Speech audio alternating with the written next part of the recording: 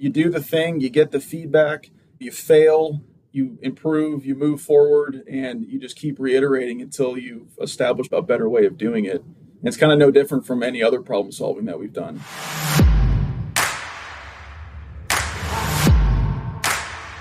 Hey, what is up, my friends? Welcome to the Millionaire University Podcast. I'm your host, Brian Guerin, with you today, and I'm thrilled to introduce my guest. His name is Alex Forbes. He owns Lane 17 Cabinet Company out of Cleveland, Ohio, and this dude went from a corporate job in commercial real estate brokerage that just wasn't right for him to turning a passion of woodworking into a thriving small business.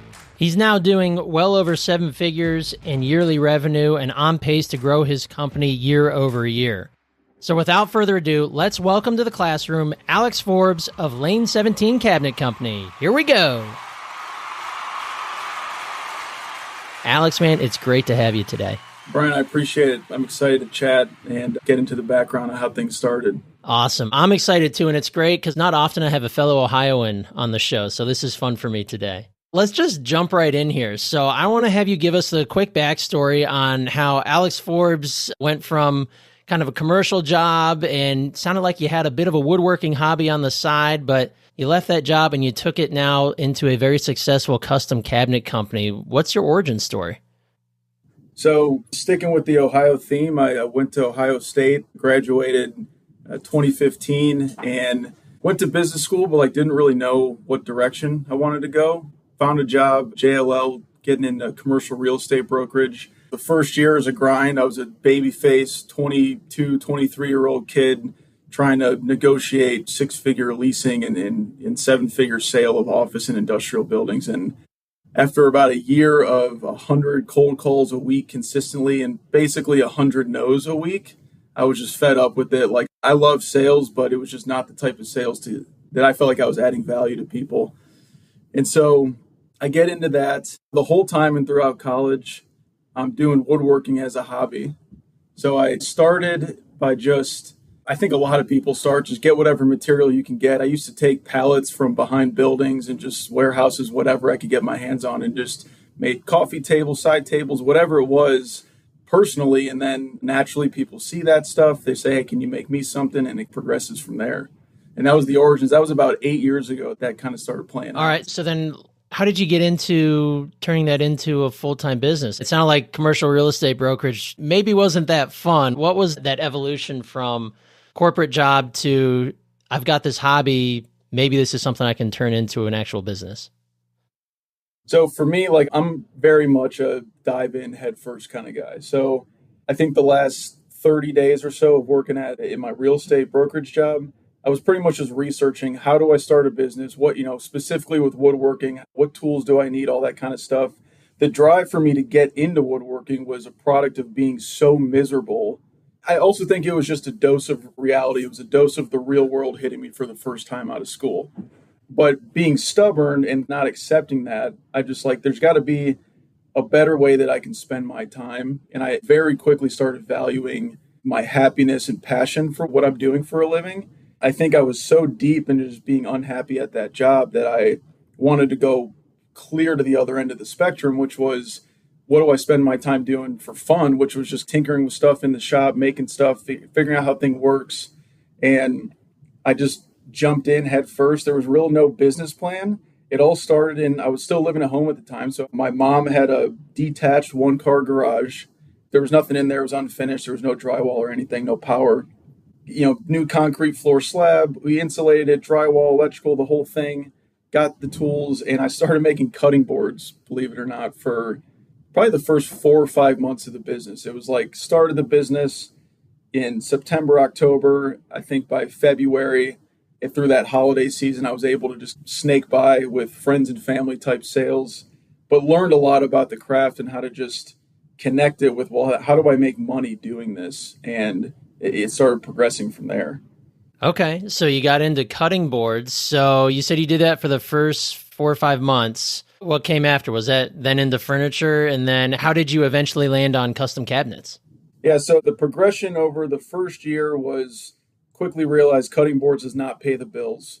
which the plan was always, like I got to start somewhere. How do I want to meet people, connect, form a network, make a name for myself. That's where I started getting on social media and just like started creating things and just making it known this is what I'm doing. That naturally led to getting into furniture. I think we did another 3 years of that, which went from, I think in that shop, I could only ever do like one small little table at a time. Again, another jump in, dive in head first scenario. After 6 months, I went from a 1-car garage to signing a lease in a 5,000 square foot building, not because the business could justify it. It was just like, I need to get out of this garage. I strategically leased that space in downtown Cleveland where we operate. And there's a maker community, designers, all the bars and restaurants and stuff are down there. I'm like, I don't really know what's going to happen. I'm just going to sign this 3-year lease on a 5,000 square foot building, which 10x my overhead like that. Wow. But I just committed to that. And I look back over the years of how this business has evolved. It's always been, the growth always happens when I essentially commit or force myself into a corner. And the way that my brain works and just like what motivates me is I like need that pressure. So there's no option but to succeed and move forward. And so without ever making more than, I think at that point, the business maybe had only done like 10 or 15 grand in revenue. And luckily I found a guy who could lease some of the space with me. I leased out or rented out time on all the equipment to subsidize the fact that I didn't have a ton of sales yet. So that was a way to offset it. And did about 4 years of furniture, which we went from making a little side table for people. I think the last few projects we had 4 years later were $120,000 commercial furniture packages for offices. We did a lot of bars and restaurants. So if you walk into a brewery or a bar, there might be 30, 40 tables. There might be a 30 feet of bar top. Like that's all made by people like us. And a lot of the custom elements. Going from that, I quickly realized that while the sales could be there was demand. It's not the most demanded thing. It's definitely a very niche product. And you certainly have to charge a premium for it. But there are people who value that. The shift from the first few years was learning the craft, learning the trade. How do I make this stuff good quality, make a name for myself to, okay, now we need to start hiring a couple people. And when that time came, we quickly realized I partnered up Jason, my current business partner, similar mindset, similar background as me. We're just going to figure it out. We can kind of do anything. The second we started having to hire people, it was a totally different dynamic. And either the skill wasn't there, the experience was lacking compared to ours. And all of a sudden we had to shift from like, we can pull 80 to 100-hour weeks if needed just to get this thing running, to now we had to manage people and motivate other people to do that. And the furniture business model with just the attention to detail with every single tiny thing you're doing didn't really scale very well. And we kind of learned that the hard way. We muscled through a lot of projects, but we came to the conclusion 4 years ago that we have to pivot what we're doing. And that's kind of what led to Cabinetry. And if you read that newsletter, which I think that's where you found me, is I had this aha moment one day that I was just getting pushback on selling like a $3,000 dining room table in somebody's house. Ironically, it may have been in Lakewood. And yep, my former stomping ground. Yeah, right. So I had looked behind me and I'm like, these guys have 30 grand worth of custom cabinetry in their kitchen they just did. And this client's dogging me on the $3,000 table. I think we're talking to the right people. And most of the times it was through interior designers, through builders. I'm like, I feel like I have the right contact list in my phone, but I'm selling them the wrong product. And with furniture, there's Restoration Hardware, there's Our House, there's all these national brands that frankly make good enough quality stuff. You can buy it online and they're a premium. And we can't really sell it for much more than they are because they've cornered the market and what price threshold that it'll bear.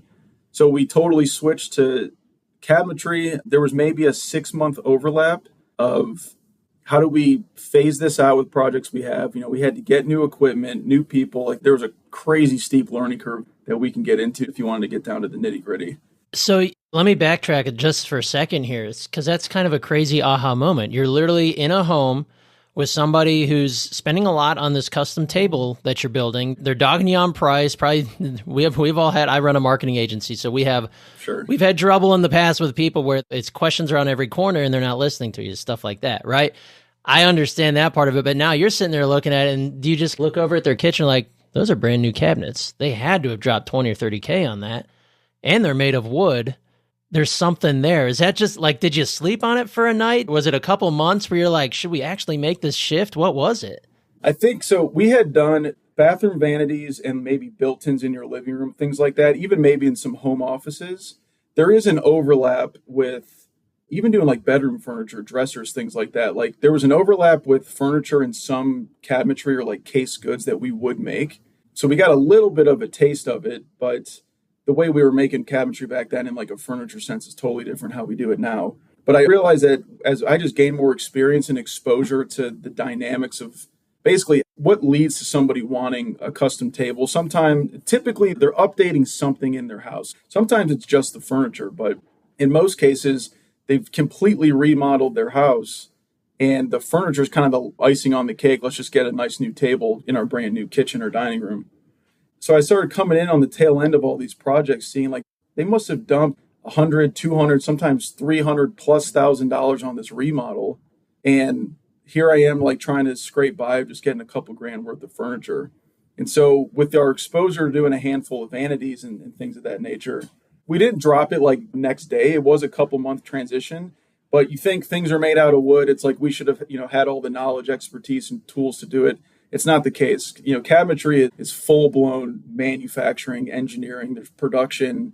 I'd actually say the typical stereotype of a guy with a chisel or a hand plane working woodworking in a shop, that is not what we do at all. So there was a huge learning curve really around manufacturing and engineering cabinetry, CNC equipment, all that stuff that probably took, that aha moment was probably around this time of the year, around summer. It probably took us the next 12 months to really like figure out how to get comfortable with it, but figure out all the nuance that was related to doing cabinetry, because there's so many more variables compared to furniture, which is just, a single standalone piece. Yeah. So I imagine, through that period of the retooling and shifting of the business, did you guys still produce the furniture to keep the revenue coming, but on the side you were spending more and more amounts of time on building out the cabinet side? Or did it come to a point where 6 months in, you're like, all right, we're shutting down, we're totally retooling, and then we're just flying from here? We were really fortunate. It's kind of weird to say, but like right at COVID was like very good to us. And I think in early 2020, even end of 2019, holiday season was always busy, December time. Everybody wants their tables and stuff before the end of the year. That's when I had that aha moment that led into COVID. Everything, the world stopped for those couple of months. And then all of a sudden, everybody, mind you, most of our furniture business was commercial. So it was offices and restaurants that got shut down for a long time. So those sales like dried up almost immediately. But ironically, we had already been considering, like from December to probably March or April, we were kind of considering this cabinetry route. And literally overnight, the whole world was just forced to be in their homes, not travel, not go out. And what followed the next 2 years, and frankly, the demand hasn't really dried up at all, but everybody was remodeling, building with interest rates low. It was like the perfect stage. In hindsight, we didn't really realize it at the time, but it was like the perfect stage for our business to have pivoted to cabinetry. Our website and most of our social media said that we made furniture for probably all of 2020, and people would literally come out of the woodwork. It's a good pun, but I like it. People would come out of the woodwork to just see if we make cabinetry, because like all the other bigger shops or manufacturers had crazy lead times. Nobody could get anything. And we were just kind of getting into it. So we kind of snaked our way into the market, at least locally here, and started just saying yes. Same thing. Our first project was like a $60,000 kitchen that was high gloss white, which is extremely difficult to do with finishing, natural walnut. It was a high end project, and we had no idea what the hell we were doing. Yeah. And granted, we're the type of people that we're not going to deliver poor quality, or like we'll do anything to ensure that we end on a good note and that the quality and everything is buttoned up. We didn't make any money on that job because it was basically a huge learning curve for us. But we still look back, it's one of the cooler projects that we've done. And that was over like a 6-month period of aha moment. COVID hit, and then we're like, this is the new thing now. And we did have a few furniture projects commercially that we had to do later that year as everybody kind of started coming back into the office and whatnot. But we didn't accept any new ones, I think around spring or summer 2020. Okay, so let's start talking a little nitty gritty here. You mentioned the price on that first cabinet job you put together, $60,000. How do you guys currently price, or at least how did it sounded like you started out? Like, how did you know what to price? And then how does it lead to your pricing structure now? So pretty much everything, especially with custom work, it's always time and material, material and the labor to do it. So that's how we were pricing furniture. I do all the pricing. I still do all the pricing today. And I was taking the furniture approach, which is like, you get your wood, you get maybe a tiny little bit of hardware. It's mostly labor. And like with cabinetry, there's so many more things that go into it. So it probably took me a week to bid that first project because I just had no clue how to do it. So now the way that things are priced is it still factors in time and material, but we make it a little bit more, we tie that into a function of the dimensions of the cabinet, the type of the door style, the finishes, how many drawers are going in there. I have like a pretty elaborate sheet that I use, a spreadsheet, to have it all priced out. So it also limits that kind of what started this whole thing is somebody trying to dog you on price. It's not even an option with us. The pricing I developed is purely inputs and outputs. It's none of my opinion. It's all on a spreadsheet. We're currently investing in software to even further automate pricing. So it's just a matter of identify the scope and all the details, and the number will be calculated based on that, which is all backed by obviously material, labor, and markup and things like that. So what's the average margin on an average job? I know jobs are customized. There's going to be a different price on every job you do for the most part. What are the margins like on average? So we target 40% gross, around 20% net margin. I'd say we're not quite there yet because we're growing, and pretty much every year since inception, we've at least grown 50% year over year.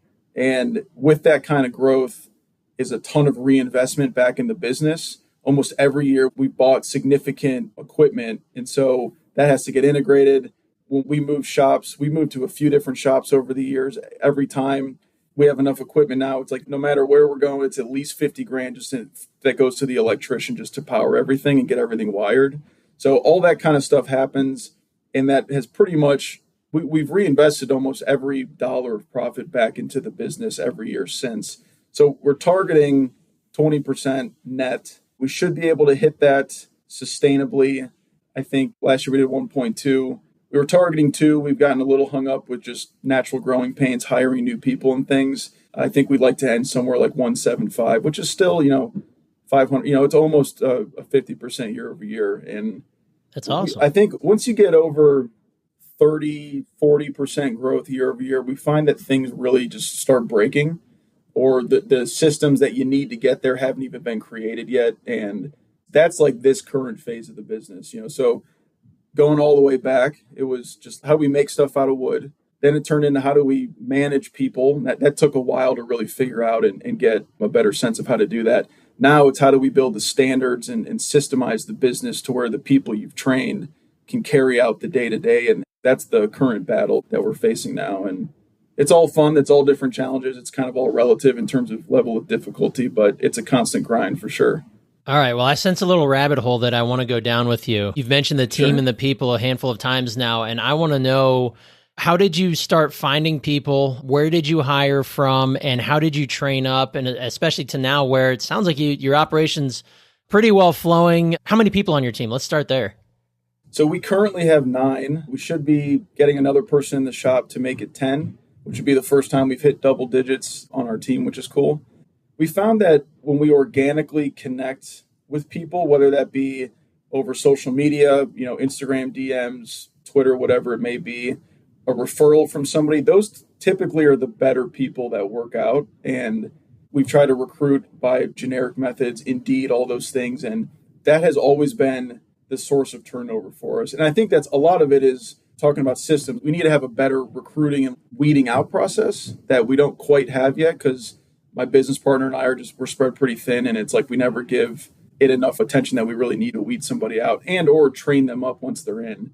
And so we've had a little bit of turnover in the last year, but most of it has just come from organic presence here locally. And we found some guys that have gone down a similar path of like woodworking, furniture making, have also hit that wall of like, this is not really that scalable, but I still want to work with my hands. I still want to be in a shop setting. Cabinetry is that perfect medium for that, where we can still get guys who are passionate about the craft, but the production nature of cabinetry supports everybody who works here. And it's kind of a good combination in that sense. So I will say that you get the most talent in the world, they still need constant training, coaching. Like that's really what I'm learning is what it means to become a leader is the constant development of yourself and your people. And we always tell them that, we want them to drive improvements. And if there's something happening on the shop floor, like it's got to come back to us. We don't want, if the expectation is that I have to solve your problems in the shop, nothing will get solved because I'm not close enough to the situation to effectively improve something down there. So we really try to empower people to engage with just overall improving their own job, which in nature or by nature improves the whole business. Yeah, and I know in the skilled trades, hiring is one of the biggest bugaboos these days, and there's the labor shortage too. So I know there's a lot of headwinds in that department, and when you find the great people, you hold on to them, right? And that's, I think, part of what you mentioned with empowering them and giving them the independence to control what they do. Mm-hmm. That's a win for you because now you don't have to be quite as involved. You don't have to, like you said, solve their problems, but you have folks who are acting independently to further the business, which is a win-win for everybody. Yeah, definitely. Let's talk about, these are craftsmen. They're woodworkers by trade, or you mentioned a lot of the machinery that you use and that you have in your facility. Is a lot of it automated? Is there still, I think a lot of people might sit there and think, oh, we've got a guy with a hammer and a chisel down there hollowing out a cabinet door, but it sure doesn't sound like that's the case. No, so there's pros and cons. So I guess the equipment that we need it's super expensive. It's very technical. It's expensive to repair and service. However, it offsets the need. Like if we needed 10 people, we have the mindset of I would prefer to have less high quality individuals than have more generic hands to just get stuff done. So the way we do that is standards and systemizing the process so things flow a lot better. We're big proponents of lean manufacturing, and we practice, continuous improvement religiously. But at some point, you need people or equipment to do the work. So the equipment is, we want to invest in high quality equipment to offset all the mundane tasks and do as much of the heavy lifting as possible. Because at the end of the day, even a modest kitchen might still have 400 or 500 parts that need to get moved through the system. Wow. There might be 50 to 75 doors or finished ends that need to go through the paint department. And there's just a lot to keep track of. And the more that we can have equipment doing the cutting, the drilling, the sanding, whatever it may be, the better. So the people we do have it kind of unlocks their potential in their brain of problem solving and not just worrying about how do I just get 500 parts through the system. It's a lot easier to feed equipment and then focus on more critical tasks than it is to just hire general people just to sand all day. That doesn't work.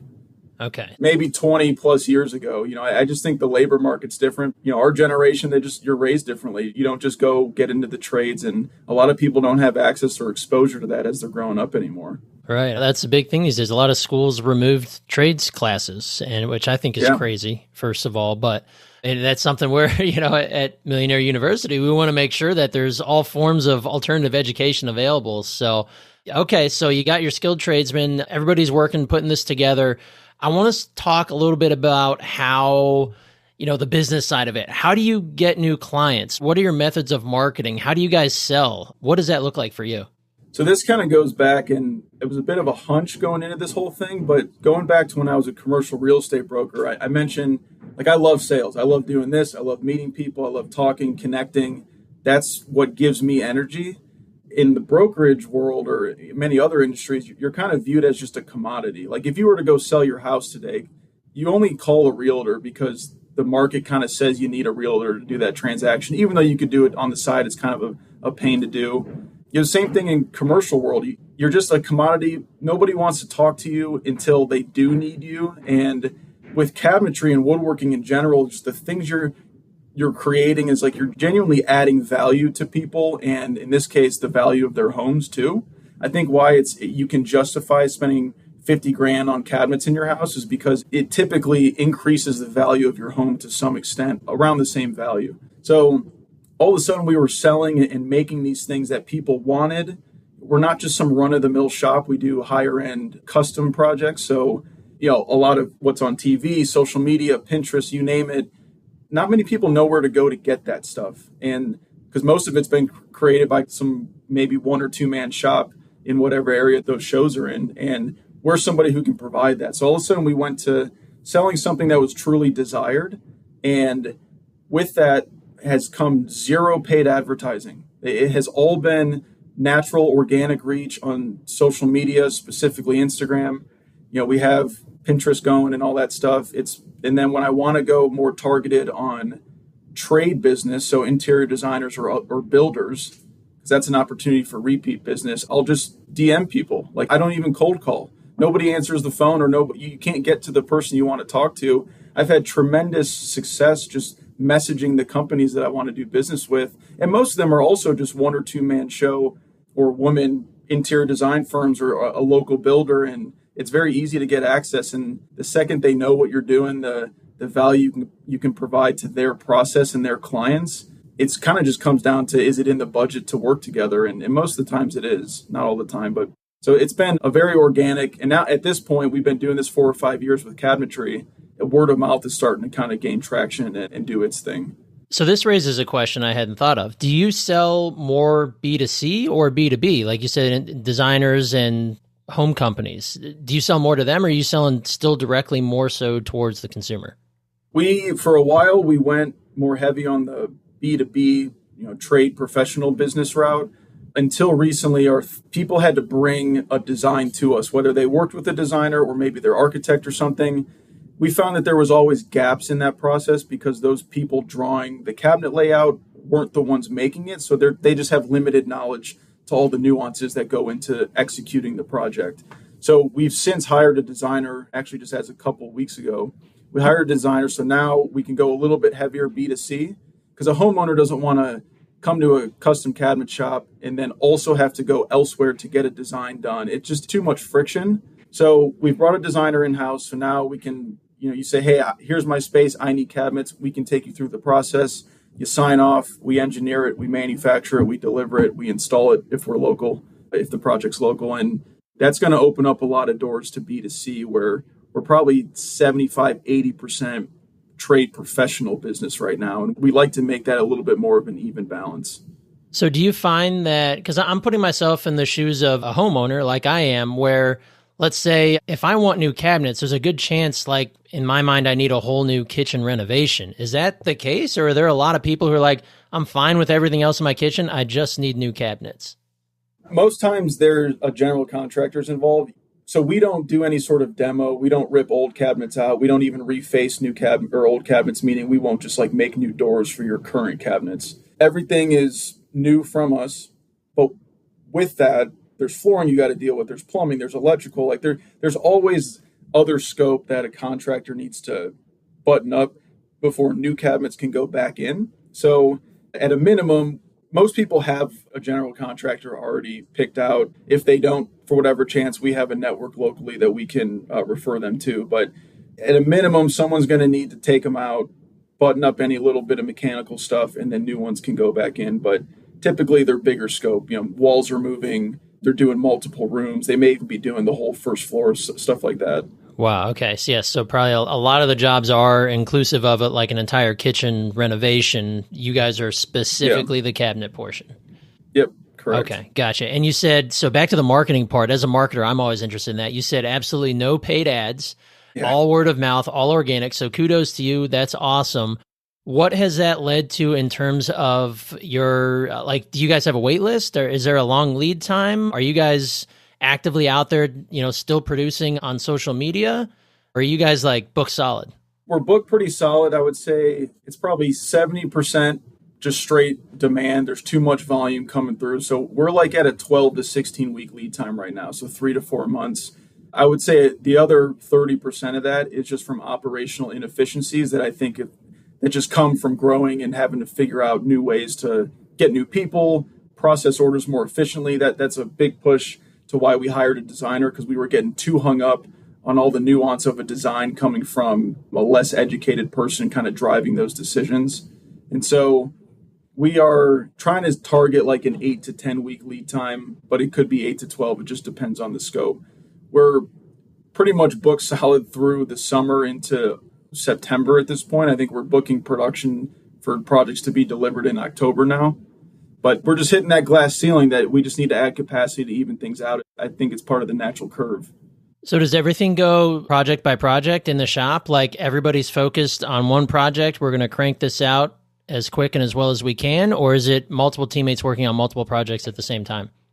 So we have multiple going on at once. It does depend on the scope because we may do a smaller $15,000 to $20,000 cabinet package. We go up, we're doing a whole house in San Francisco. That's a $100,000 cabinet package. And so we do work outside of the area and we have some good shipping partners to make that happen. But the way we look at it is we kind of schedule these like rolling 2-week production runs. And so we pretty much put in as close as we can to like a fixed amount of production volume or revenue into a 2-week run.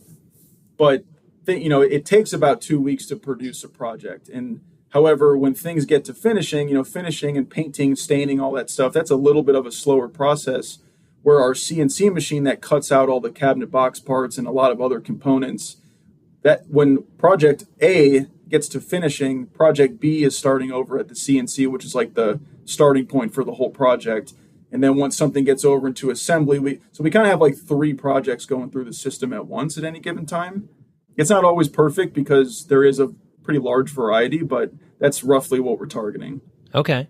So, and you said you're a self-professed lover of sales. Does that mean that how much of your time is spent actually selling and estimating and following up on leads? Like, are you going in home and meeting with prospects and seeing what they're dealing with and, kind of starting an idea with them? Yeah, the way we operate is I'll kind of take all initial inquiries that either come through the website, social media platforms, whatever it may be, phone calls, and I'll get all the initial intake information. I'm really big on managing expectations from day one. So I'll try to get some basic information that doesn't take too much time for the potential client to relay over to me. And I have a rough pricing model that I use that's pretty much based on linear footage of cabinetry that would go in the space. I try to get them a rough ballpark on price and lead time before we ever really talk about anything else, so they can at least make an informed decision. If they're good with that, the way we're going to be moving forward is we just take a design deposit to basically connect you with our designer, hash out all the details of your project, and it kind of flows in that way. And during that process, I'm pretty heavy on the intake information and ultimate generating, estimates or pricing for people. So I'd say that's still the bulk of my time right now. Part of building out a software platform that has our whole catalog and pricing in, future designers that work for us would be able to design and price things for clients, and they could just have one point of contact for that information. Okay. So a typical day of yours, let's run through that real quick. Does that include multiple trips out to prospects, plus dealing with people, plus dealing with the back end? What does that look like for you? Yeah, so I am entirely spread out too thin and have been for a while. And so, in addition to the day-to-day of all the intake information, talking with clients, prospective clients, potential new trade relationships, builders, designers, people like that, I'm also estimating projects. I'm managing the whole team in the office. My business partner manages the guys in the shop a lot more closely. And then just all the admin stuff that comes with running a small business. I'm doing payroll, bookkeeping. I'm the one still posting on social media. I'm fine with all that, but I'm getting to a point where I will have to pick and choose. And I'm trying to focus on what are the things that really give me energy and what are the things that I can delegate. And that's kind of this next chapter of, I think, entrepreneurship or small business owner that I think everybody goes through. It's just, you have to figure out how it makes sense for you and your business at that time. Yeah, it's the never-ending upward battle. Like you're always moving, always moving forward, always working your way up. But it's kind of like a new level, new devil. Yep, for sure. I like that. Yeah, new level, new devil. That's one of my favorites because it seems, especially in small business, as a small business owner myself, it's the same thing. It's like, all right, this is a new thing and I haven't dealt with this yet, or I saw this one coming and now it's time to deal with it. And now I got to figure it out, right? Yep. So it never ends, but it keeps you moving, right? Yep, for sure. Yeah. So you mentioned some of the technology tools a little bit. Let's talk about that for a minute. What type of tech do you guys use? Do you have specific softwares that you use for design? What do those look like for you guys? Yeah, so I guess the more basic stack in the office for managing projects is we're using Pipedrive. We've used Asana and ClickUp and these things, but we use Pipedrive for our CRM. That now has a new projects module to it. So all projects kind of get put in Pipedrive to track the whole flow of the whole deal. And then we use Slack for internal communication. We just recently implemented Harvest for time tracking. That's with more people. I didn't realize by not having insight to where all the labor is going, it's like we could not make informed decisions. We were very limited. And so everybody's now tracking time on what they're doing. In terms of making the cabinetry, we use a program called Microvellum, which is, they describe it as a cabinetry toolbox that's like built on top of AutoCAD. And so it's a three-dimensional, it's legitimate engineering software. It's very complicated. My business partner, Jason, is tasked with running that, building it out, improving it. We've been using it for 5 years now, and we're like just really getting it to be more streamlined for us. It's a pretty intense program, but it programs all of our equipment. It generates all the cut lists, the reports, the labels, like everything. The entire project that gets sent to the shop is totally automated out of that program, but engineers just have to build the whole thing out for each project. Wow. So is your partner, Jason, is he an engineer by trade, or is this like, this is the tech we bring in? We just got to learn it. Yeah. So we had one of the biggest things that pushed us into cabinetry and like totally dropped furniture was like later in 2020. I think I was bidding on it maybe May or June, was like $100,000 bathroom vanity order for an apartment that was getting built.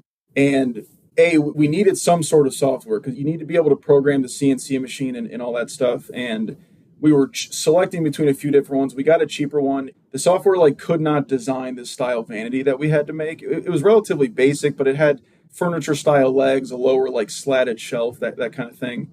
And so Microvellum is like, it's pretty much the cream of the crop software. It was like a $30,000 software to get. And we bought it. And then Jason just like, to answer your question, he has no engineering background. We just said, again, backs against the wall. We had this $100,000 vanity order. We have no way to make it or like even design it. We're going to get this software. We're going to get the training. We're going to figure out how to do it. And then we've just committed to that software ever since. But you can do anything with it. You just have to build it out. Get the order and figure it out, right? Pretty much. That's how we operate. Yeah, that's awesome. All right. So in custom cabinetry, what is the competition like? I mean, do people I imagine it's folks that are wanting the higher end stuff, right? They're going to a custom cabinet maker rather than Home Depot or Lowe's or whatever the GC recommends, right? Who else is out there doing what you're doing, especially locally or nationally? So locally, there's a very prevalent Amish community locally. And so they're our biggest competitor in the Cleveland area. There's probably 200 shops in like a 50-mile radius of us, but they're all like 1-2-man shops. It's typically their family. They're very traditional in the sense of how they make cabinetry. We focus a lot more on more modern, more European styles. A lot more engineering goes into our cabinets, or at least we have the capacity to do so. So it's definitely a higher end customer with a higher end home. Cabinets at Home Depot, I don't know exactly the prices, but I would imagine we're at least 40-50% more expensive than them. But that comes with the value of the service. We have less just like transactional, hey, I need cabinets type projects. It's like we're really solving a problem either with the constraints of the space. If you said that you were in Lakewood, all those old Lakewood homes, they're all 100 years old plus. Mm-hmm. They have funky layouts. They were never built for what people want out of a kitchen or out of their space today. They're all slanted inward. Yeah. And they're also tight too. So how do you maximize storage in a space like that? And so we come in and we solve all those problems and we make sure that it looks amazing, it functions amazing. And then we're also, here ongoing to troubleshoot anything that happens in the future. But a lot of the more modern styles we do, Amish shops don't really provide at all. Outside of the Cleveland area, Cleveland, Columbus, I guess anywhere away from where Amish communities are, which is most of the country, there's not very many cabinet shops like us doing what we're doing. And outside of Ohio, Pennsylvania area, it's mostly very large manufacturers that have very defined catalogs that are a little bit antiquated in their style and how they do things. And they're all sold through broad dealer networks. So the reason why we don't get into demoing a kitchen or doing anything past the cabinets because we are the manufacturer. Where if you go into your local shopping plaza or whatever it may be, you probably have a couple kitchen and bath design centers in your town. And those companies are typically dealers of a larger manufacturer. So to generate more margin or have more scope, since they're just making X amount, on the cabinets, they typically will come in and general contract the whole project and make sure they leave you with a new kitchen. But so dealing with the manufacturer gives you so much more access to like custom solutions and real problem solving within a project, a layout, whatever it may be. And we are increasingly getting more business outside of a 2-hour radius. Again, we have a client or a design firm we deal with in San Francisco. We have one in upstate New York. We're doing increasingly more out of state, which has been great. It poses challenges with shipping and all that, but we have figured out a good system to get cabinets from A to B.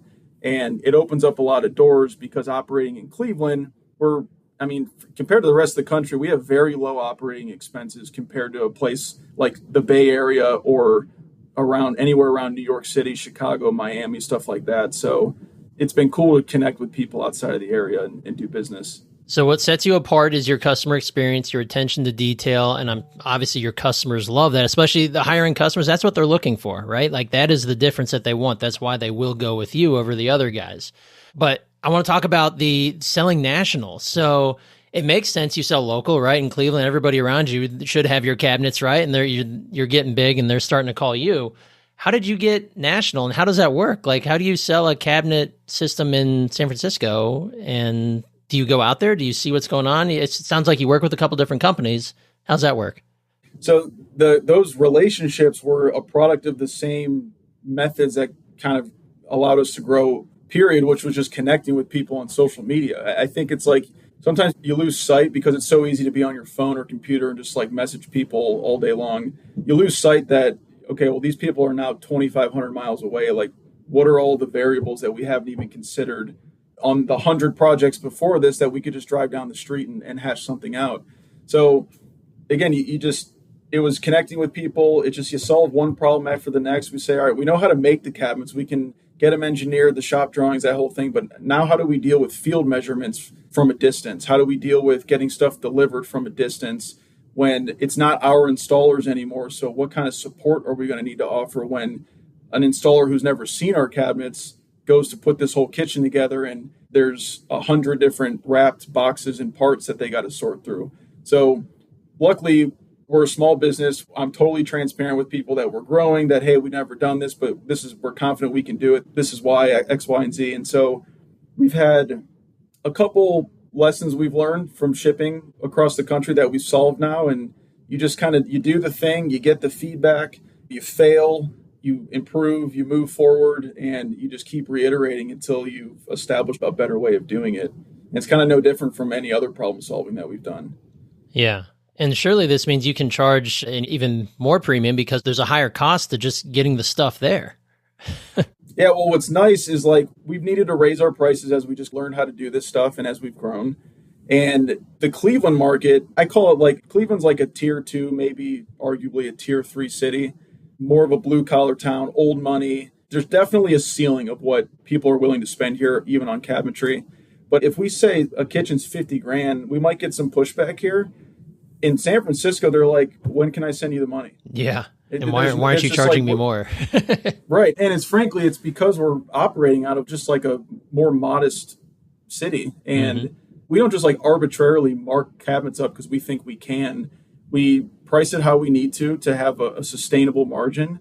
And we go find the markets that is actually viewed as affordable in, because the cost of living is 10 times in the Bay Area as Cleveland. And even with a full truck to send this project that we're doing, is 13 grand to send this full house on a full truck across the country. And even with that shipping cost, we are still more affordable than their local options in Northern California. Wow. That's amazing. So it's kind of a no-brainer for them at that point. There's almost like no risk to the situation for them. It's amazing because you're making your margin. They're getting what they feel is an incredible price because they're buying from out of state. And they're getting their awesome cabinetry made from an awesome cabinetry company. Yeah. It's perfect. Win-win. So we try to find those people and connect with them and just have things play out that way. Do you see that part of the business blowing up in the next few years? I think so. I think that'll be our main focus. We'll always have a local presence. We're talking to our previously subcontracted installer about bringing him on to our team full time. So we just have a really solid foundation locally. But I think the future of the company really growing is going to be everywhere but Cleveland. I love it. All right, well, we're bumping up against time here. I've got a couple of final questions here. First one is, what's the story behind the name of your company, Lane 17? So Lane 17 is a real place. So the entire origins of my woodworking interest and hobby, as you mentioned earlier, we didn't have shop class in high school. So up in Maine, about an hour and a half north of Portland, Maine, on a lake, my family has had cabins up there since the 60s. There's been multiple generations that have owned them. And we go up there every summer. I've been up there. I literally think since the year I was born, I've gone up there. And I went to a summer camp up there as well. That was like the whole summer, again, in the mountains on the lake. It's the best thing. And so there was a wood shop class there. My uncles that have the cabins up there also have a small wood shop overlooking the lake. It's a great setting. And that's just where I got introduced to working with wood and just tinkering with things. And my dad also passed away from cancer when I was young, when I was 10 years old.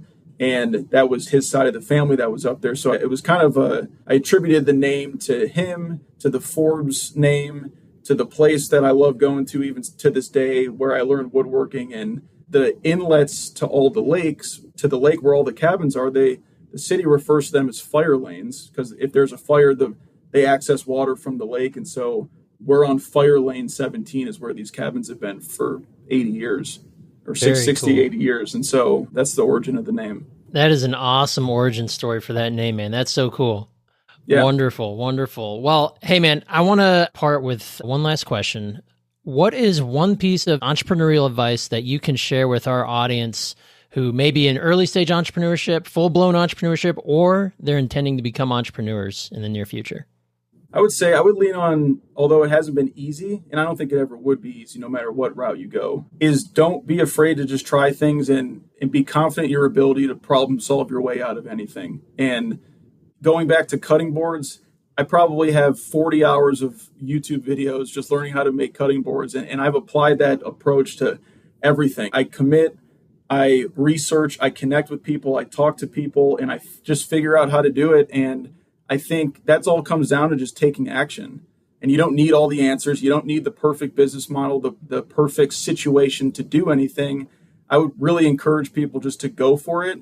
Be wise. Don't be reckless in your decision making, but go for it and trust your ability to figure it out as you go to get to where you're going. I love that. We say that a lot on this show. Just take action, action over everything. Go figure it out, fail up. You're not failing unless you're quitting. Failing is just an opportunity to learn. I love that. I call that failing forward. Failing forward. That's right. That's perfect. Yep. Awesome. Well, Alex, this has been a pleasure. Thank you so much for joining us. How do our listeners get a hold of you or check you out online? What's the best way to do that? If you want to see more about this behind the scenes stuff, the kind of daily grind of growing a business, I'm on Twitter at Alex Forbes with 2 underscores after. Our company, Lane 17, is on Instagram and Twitter, just Lane 17 Cabinet Co. But you can find me there pretty much all day, every day. I'm online. All right, perfect. Well, Alex, thanks so much, man. I really appreciate you sharing your time and your knowledge with us. It's been an awesome pleasure. All right, Brian, I appreciate you having me. It's been a lot of fun. All right, let's hear it for Alex.